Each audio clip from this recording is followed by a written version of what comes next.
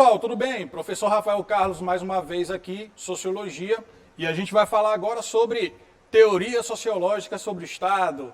É a parte da sociologia que envereda um pouquinho pela ciência política. E para falar sobre esse tema, nós iremos apresentar para vocês aqui os três principais pensadores da sociologia clássica. São eles, Émile Durkheim, que apesar do nome Emily, não é uma mulher, mas é um cara, né, um homem. Acho que todo mundo sabe disso, né? Não precisa nem explicar. O Max Weber e também o Karl Marx. Então, em cima dessas três teorias, que são as teorias clássicas da sociologia, nós iremos analisar o papel do Estado dentro da vida em sociedade. O primeiro teórico é exatamente o Émile Durkheim. Esse cara bonitão aqui, né, de barba e bigode, careca, parecido um pouco comigo também, só que eu não uso óculos, que diz que o Estado é entendido como parte fundamental da sociedade moderna, cada vez mais dinâmica e complexa. Na aula anterior, eu falei para vocês que o Estado se torna, com o passar do tempo, a principal instituição da modernidade. Então, Durkheim, que é um teórico do final do século XIX, ele já percebe o Estado nessa condição, como a instituição mais importante, mais relevante da vida em sociedade. Porque é exatamente através das leis criadas pelo Estado e regulamentada por ele também, que se dá a normatização da vida em sociedade. Lembre-se que o Durkheim, ele é um teórico que tem como herança o positivismo, que vem lá do começo do século XIX, a perspectiva do Augusto Comte. Augusto Comte é um dos pensadores da filosofia que mais influenciaram o início da sociologia.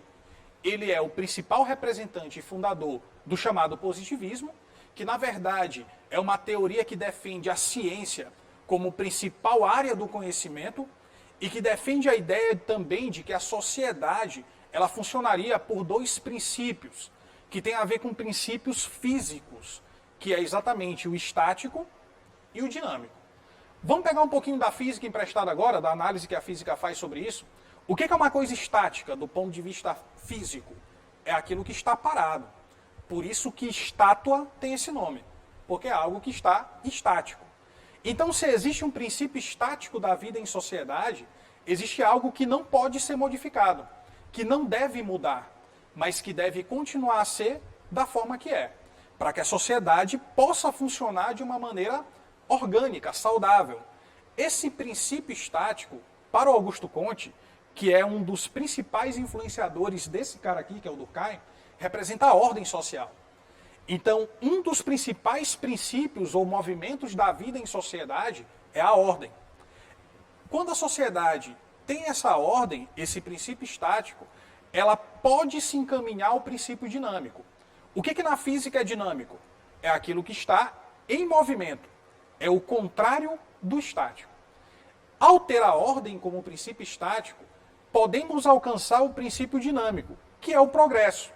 Opa, aí eu tenho certeza que você se lembrou de alguma coisa que você já está muito familiarizado desde criança. Quando falamos em ordem e em progresso, lembramos da bandeira mais bonita do mundo, que é a bandeira brasileira. E a nossa bandeira carrega esse lema, ordem e progresso. O Durkheim, ele também tem essa análise. Ele também concorda que a ordem é um fundamento essencial para que a sociedade seja boa, seja saudável de se viver. Só que o Durkheim chama a ordem de outro nome. Ele chama a ordem de coesão social. Está bem aqui destacado em vermelho. Anota esse termo, ele é muito importante para a nossa aula de hoje. Então, ao falar do Estado como principal instituição, essa instituição tem um objetivo. Qual é o objetivo do Estado, das leis, da estrutura burocrática que o Estado tem para a vida em sociedade? É exatamente nos possibilitar viver de forma coesa, ou seja, de forma ordeira, de forma harmônica. Isso é conseguido 100%, tipo, completamente? Claro que não. Ok? Mas é o objetivo. É aquilo que o Estado tem como finalidade e para isso que ele existe na sociedade a partir da modernidade. Para tentar impor normas, leis, regras, para construir, junto com a consciência coletiva, um padrão de vida que possa nos levar a viver numa sociedade mais harmônica, mais ordeira, portanto, mais coesa, ok? O Estado seria responsável, segundo Durkheim, por concentrar e expressar a vida social. Lembre-se que o Estado não é a única instituição que existe na sociedade. Existem outras. A família, a escola, a igreja são exemplos de instituições sociais. Só que dentre essa gama, esse monte de instituições que a gente participa uma hora ou outra, né? Então, além de sermos professores, alunos, também somos filhos, filhas, namorados, namoradas e daí por diante. Ou seja, nós assumimos papéis sociais muito diferentes no nosso dia a dia e sempre estamos presentes, de certa maneira, nesses ambientes institucionais. Então, apesar de existir esse monte, essa gama de instituições, é o Estado que, para Durkheim, concentra, representa a expressão da vida em sociedade, com uma função eminentemente moral. O que seria uma função eminentemente moral? O que significa moral? Moral é uma derivação da expressão latina mores, que significa comportamento. Então, a forma como a gente conduz as nossas ações, a maneira como a gente age perante o outro e se comporta na vida em sociedade, é algo que é eminentemente moral. E cabe ao Estado, na visão de Durkheim, essa regulamentação, essa normatização daquilo que se pode ou não se pode fazer na vida em sociedade. Não somente o Estado, a religião faz isso também, a escola também faz isso, a família também nos ensina valores. Mas, segundo Durkheim, a instituição que expressa e concentra isso, sem dúvida nenhuma, na sociedade moderna e contemporânea, é o Estado. Por isso a importância de falar sobre ele, ok? E também assegura, segundo ele, o pleno desenvolvimento do indivíduo por meio da educação pública. Durkheim é um dos teóricos da sociologia que mais ênfase vai dar na escola como instância, como instituição de preparação do indivíduo para a vida coletiva. Porque é a partir da escola que nós passamos a conviver com pessoas que são mais ou menos da nossa idade e que também têm os mesmos tipos de necessidades que a gente tem. Então quebra-se aquele egocentrismo que existe no ambiente da casa, da família, e a criança, na educação infantil, ela começa a se perceber no meio de outras crianças que, assim como ela, têm necessidades em comum e dividem a atenção de um mesmo adulto, que no caso é a professora, é a tia da escola, ok? Então você percebe que aí constrói-se uma vivência coletiva. Então, a partir desse momento, gera-se em cada indivíduo um sentimento de pertencimento ao grupo, um sentimento de pertencimento à turma, um sentimento de pertencimento à coletividade. E esse sentimento de pertencimento existe porque nós compartilhamos valores em comum, porque estamos submetidos a regras, a valores morais, a normas de vida que são comuns e acima da vontade de cada um de nós, ou seja, que são exteriores à vontade de cada indivíduo e que se impõem sobre eles de maneira coercitiva, como ação, como conduta que se espera que se tenha, que precisa se ter para se viver em sociedade, ok? E isso desperta em nós um sentimento de pertencimento, de estar presente ao grupo, de fazer parte da turma da escola, de fazer parte da galera da vizinhança, de fazer parte dos grupos sociais que, com o passar do tempo, nós nos inserimos. E nós passamos, portanto, a ter interações, a ter relações sociais. Então o Estado está acima disso tudo, porque é ele que vai normatizar, é ele que vai garantir que existam normas, regras, leis que estejam acima das consciências e, portanto, vontades individuais. Tudo bem? Então aí cria-se a ideia da normatização da vida em sociedade. O Durkheim ele acredita que o Estado é a organização diretamente responsável pela coesão social, por tentar garantir a cada indivíduo uma existência social, coletiva, que seja minimamente harmoniosa, que a gente consiga se suportar e tolerar uns aos outros e, portanto, consigamos conviver em sociedade. Daí o termo coesão social, como está apresentado no quadro, ser tão importante na análise desse autor, que é considerado o pai da sociologia no sentido científico, porque foi ele que determinou para a sociologia uma metodologia e também um objeto de estudo. Então, nesse primeiro quadro, nesse primeiro slide, nós percebemos a maneira que o Durkheim ele concebe a função do Estado dentro da vida em sociedade.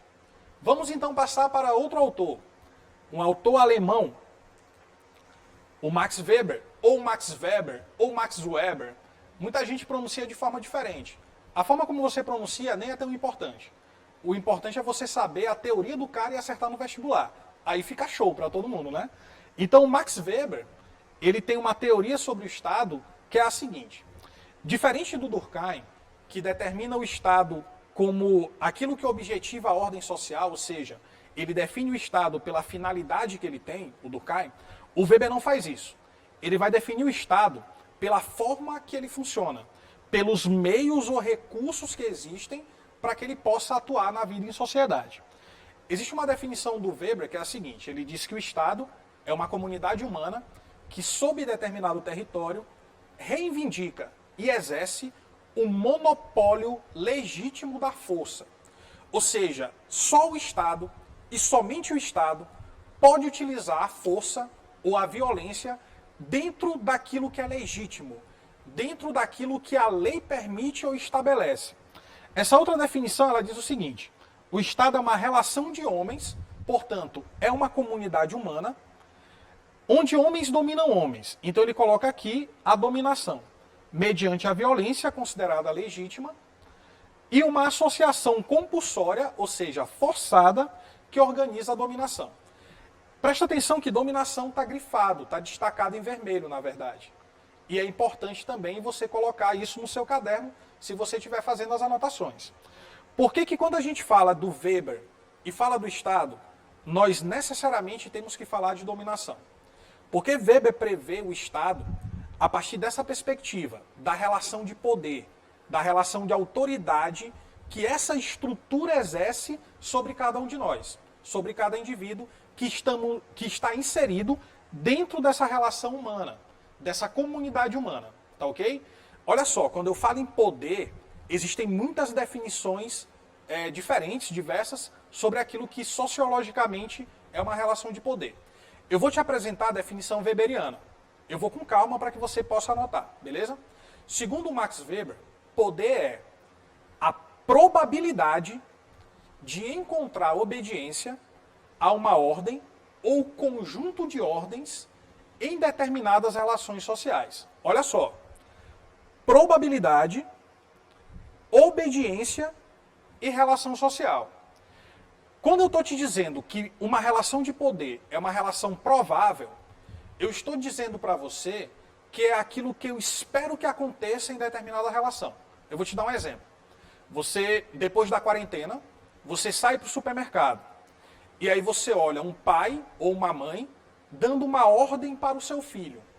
O que você espera que aconteça? Que o filho obedeça a ordem do seu pai ou da sua mãe, correto? Nós somos filhos. É toda vez que a gente faz isso, toda vez que nosso pai ou nossa mãe nos dá uma ordem, nós obedecemos? Sabemos que não. Mas espera-se, por haver uma relação de hierarquia, de autoridade, que quando um pai, uma autoridade, portanto, dá uma ordem a alguém que é seu subordinado, que é o seu filho, esse subordinado obedeça a ordem. Mas não é sempre que isso acontece. Por isso que toda relação de poder é uma relação provável. Provavelmente o filho obedecerá a seu pai, mas é possível que ele não faça isso também. Obediência é toda a relação que tem que ter no mínimo duas pessoas. Quem são essas pessoas? Aquela que manda e a que obedece. Mas pode ter mais pessoas. Se eu imagino um general comandando um batalhão, existe uma autoridade que comanda os outros soldados, vários soldados. Mas toda relação de obediência, ela precisa ter no mínimo duas pessoas. Como é uma relação de no mínimo duas pessoas, ela sempre será uma relação social. Então, para a gente entender a dominação, que é o que está destacado aqui no quadro, a gente primeiro precisa entender o que Weber pensa sobre o poder. E para ele, poder é essa probabilidade de você conseguir a obediência de alguém. Vamos agora analisar o papel do Estado. De que maneira o Estado consegue a obediência do cidadão? a partir daquilo que as leis determinam. Ok? Ou seja, existe um conjunto de leis, geralmente que são determinadas, aprovadas por um dos poderes que compõem o Estado, que é o poder legislativo. Inclusive, o autor anterior que a gente viu, Durkheim, ele pensa o poder legislativo como a instância mais racional e mais reflexiva da vida em sociedade, né?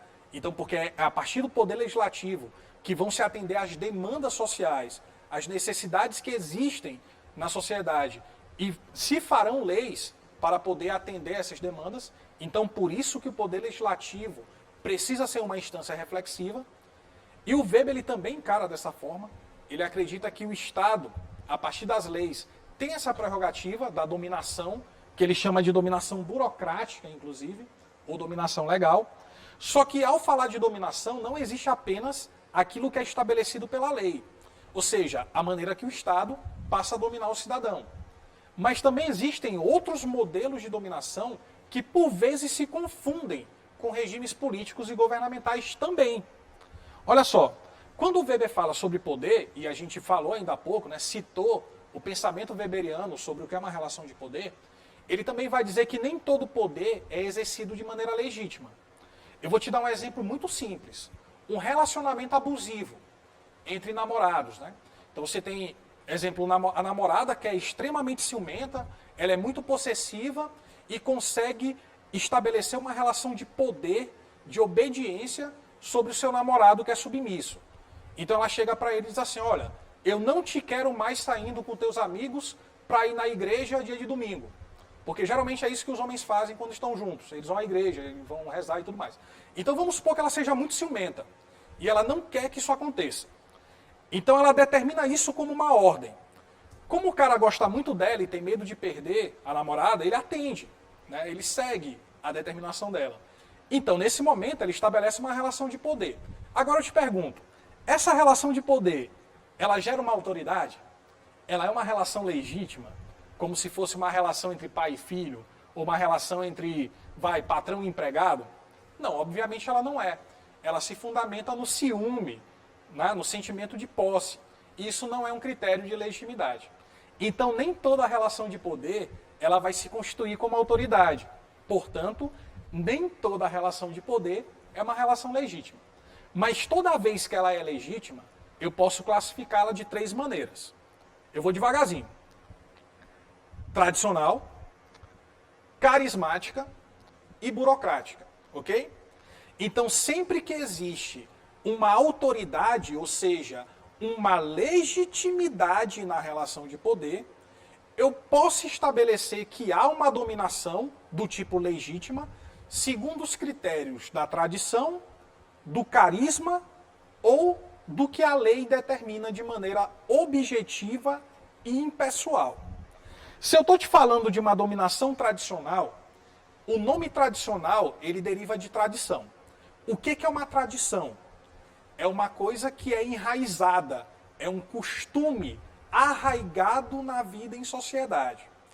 E em cima desse costume que é enraizado, que se constrói a tradição, pode-se estabelecer também uma relação de obediência. Portanto, uma relação de dominação. Exemplo, se a gente imagina uma tribo indígena, quem é a maior autoridade dentro da tribo? Existem 2 autoridades. O pajé, que é uma liderança espiritual, e o cacique, que é a liderança geral da tribo. Então, geralmente, os índios, eles obedecem à autoridade do cacique. Em cima de que essa relação de poder se torna legítima? Em cima dos costumes das tribos indígenas. Então, quando um cacique ele se mostra como autoridade dentro da aldeia, é porque a cultura daquele povo, os costumes enraizados na sua existência social, tornam aquela figura uma figura de poder, uma figura de autoridade. Correto? E aí você passa a estabelecer que aquilo é uma dominação tradicional. Eu vou te dar um exemplo mais perto da nossa realidade.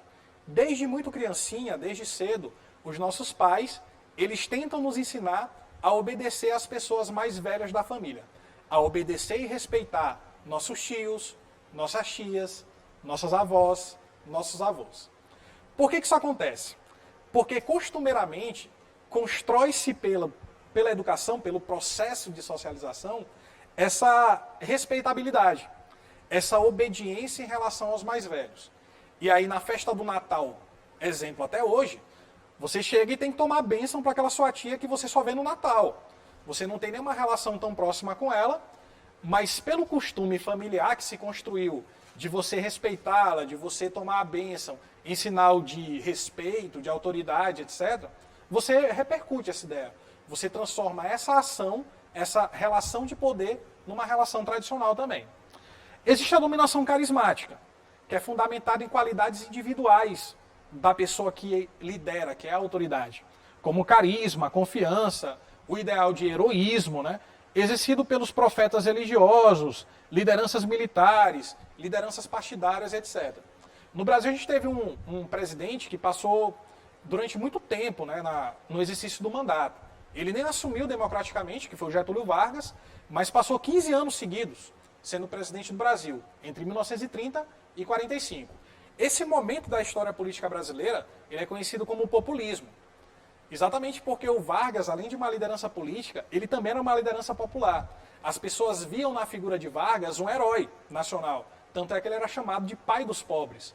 Então, muitas vezes, a vida política, ela dá a algumas figuras esse ideal de heroísmo, esse ideal de liderança. E muitas pessoas passam a respeitar aquela figura por conta disso, por conta dessas qualidades individuais que se confere a eles. Caiu uma questão no Enem, em 2013, que trazia exatamente uma reflexão sobre a República Fascista Italiana, do Mussolini, e colocava isso como um modelo de poder carismático também, beleza? E existe a dominação burocrática, que é exatamente essa que cabe dentro da análise que a gente está fazendo, da análise do papel do Estado na vida em sociedade. Essa dominação burocrática, ela é a única das três que é impessoal, porque ela vai ser estabelecida pela legalidade, por aquilo que já está estatuído, estabelecido por regras que são objetivamente construídas.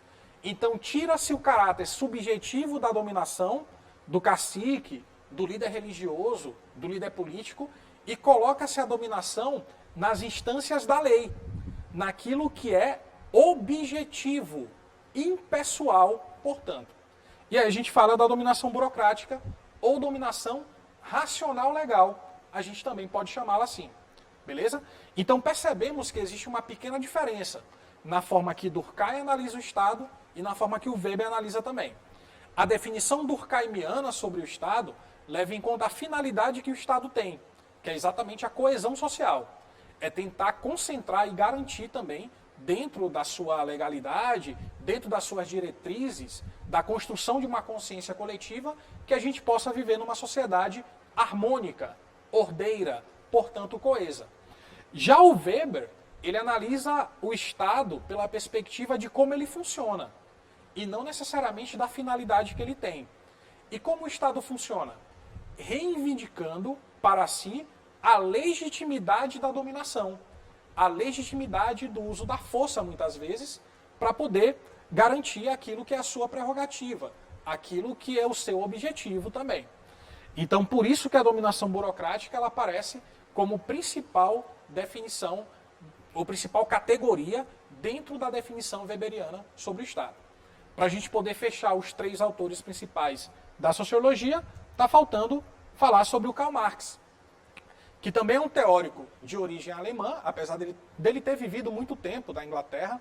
Inclusive, só um parêntese importante sobre o Marx, ele não é considerado um sociólogo de ofício, ou seja, ele não teve a profissão de sociólogo na época que ele viveu. Ele é o que se chama de sociólogo póstumo. O que é uma coisa póstuma? É algo que é depois da morte. Então, somente algum tempo depois de sua morte, já no século XX, é que o movimento revisionista alemão passa a considerar Marx também como sociólogo. Mas durante o momento que ele viveu, ele era um economista e filósofo. Ok? Então, só depois de algum tempo que a obra dele passa também a integrar o chamado rol da sociologia clássica.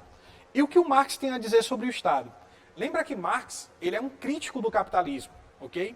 Então, para ele, o Estado representa uma organização que preza pelos interesses da classe dominante. E no momento que ele está escrevendo, que é o século XIX, Marx nasceu em 1818, morreu em 1883, então o século que ele viveu foi o século XIX. Nesse momento, a burguesia é a classe dominante. Então, ele acredita que o Estado é uma espécie de comitê executivo dos interesses da burguesia, dos interesses da classe dominante no sistema produtivo capitalista. A organização estatal, segundo ele, apenas garante as condições gerais do sistema, a divisão de classes, a propriedade privada e o trabalho assalariado. Se você pegar essas três características, a divisão de classe, propriedade privada e trabalho assalariado, são as características mais marcantes do sistema produtivo capitalista.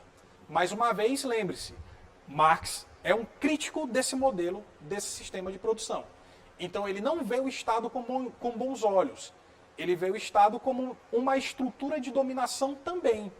Ou seja, uma instância que é política, que assim como a instância econômica, garante que haja esse antagonismo de classes. Essa relação de poder e de dominação entre a classe dominante e a classe dominada. Entre a classe opressora e a classe oprimida. E o Estado, para ele, funcionaria como uma expressão jurídico-política da sociedade burguesa. Sociedade burguesa, sociedade capitalista. Então, como eu falei para vocês, Marx tem uma visão negativa sobre o Estado. Para ele, o Estado é também uma instância de dominação.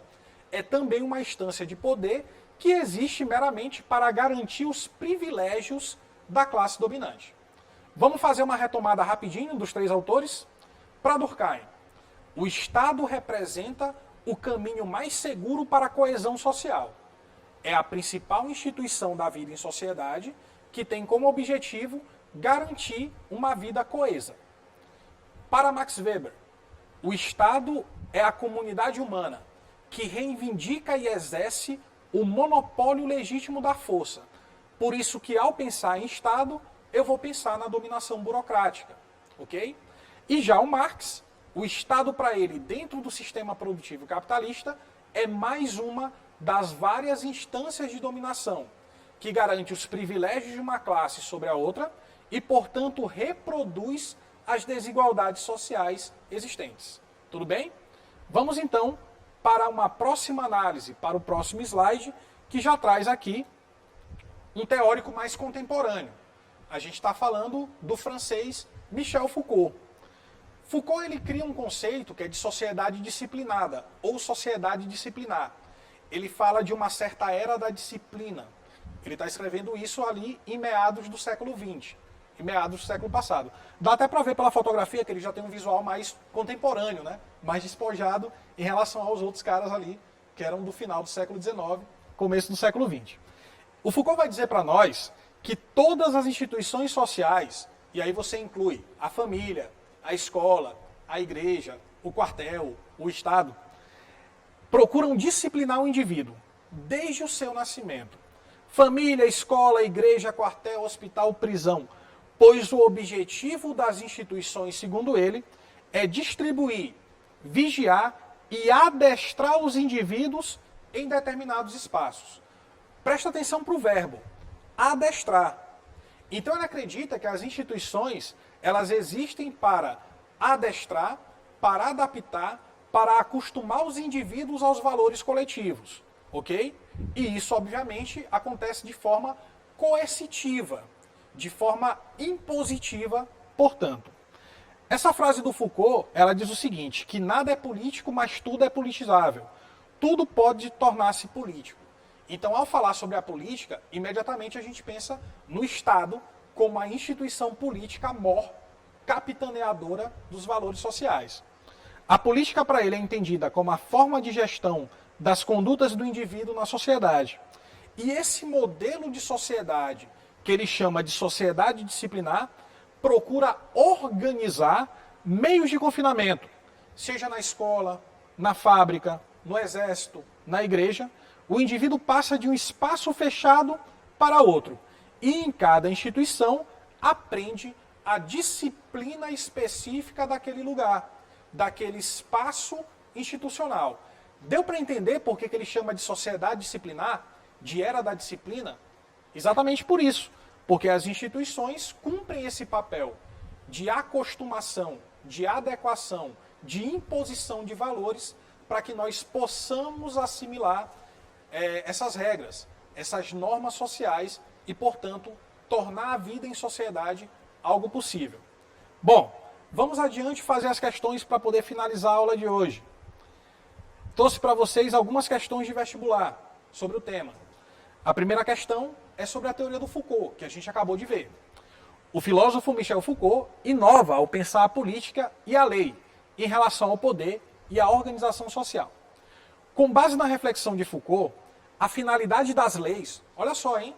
A finalidade das leis na organização das sociedades modernas é combater ações violentas na guerra entre nações. Ele está falando da estruturação da sociedade.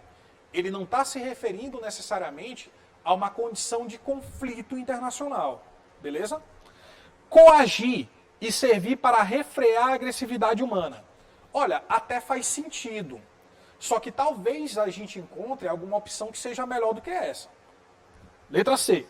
Criar limites entre a guerra e a paz, praticada entre indivíduos. Não, aí você já individualizou a análise. A pergunta fala de sociedade moderna, ou seja, fala sobre coletividade. Estabelecer princípios éticos que regulamentem ações bélicas. Ações bélicas têm a ver com ação armamentista. É arma. Não é só isso, né? Isso é uma parte muito pequena da vida em sociedade. A letra E é a opção mais abrangente. Organizar as relações de poder na sociedade e também entre os estados. Então o Foucault, ele vai garantir, ele vai nos dizer que a finalidade das leis nas sociedades modernas é exatamente o que está na letra E. A organização das relações de poder na própria sociedade e entre as diferentes sociedades também. Entre os diferentes estados, portanto. Vamos para a próxima, então? Max Weber afirma que devemos conceber o Estado contemporâneo como uma comunidade humana que, dentro dos limites de determinado território, reivindica o monopólio do uso legítimo da violência física ou da força. Assinala a alternativa correta a respeito do significado da afirmação do Weber. Letra A. Para Weber, no caso do Estado contemporâneo, apenas seus agentes podem utilizar a violência de modo legítimo dentro dos limites do seu território. Correto.